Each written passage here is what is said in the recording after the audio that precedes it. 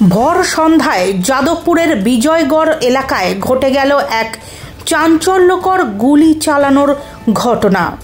সোমবার সন্ধ্যায় বিজয়গড়ের চ্যাটার্জি ভিলা নামক এক বাড়িতে এক যুবক হঠাৎ উপস্থিত হয়ে গেটের ঘণ্টা বাজায়। বাড়ির কর্তা কলাপসেবল গেট খুলে দেখতে গেলে আচমকাই ওই যুবক গুলি চালায়। গুলি গিয়ে লাগে দেওয়ালে।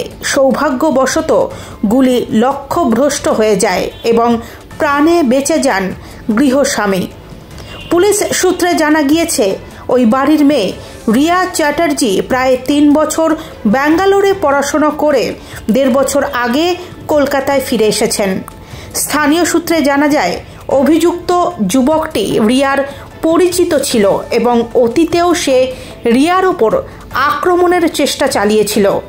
পুলিশ সূত্রে খবর, দীর্ঘদিন ধরেই তরুণীকে বিয়ের জন্য চাপ দিচ্ছিল অভিযুক্ত ওই যুবক।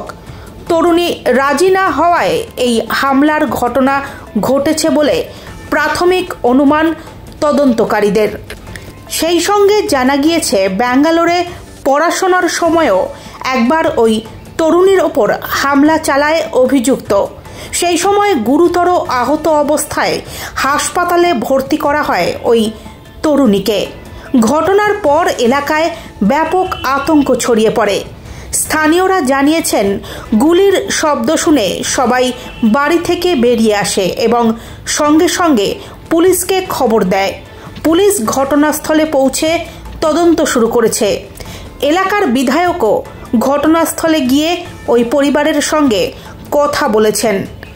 পুলিশের তরফে জানানো হয়েছে, হামলাকারী ওই যুবকের পরিচয় নিশ্চিত করা হয়েছে এবং তাকে গ্রেফতারের চেষ্টা চলছে।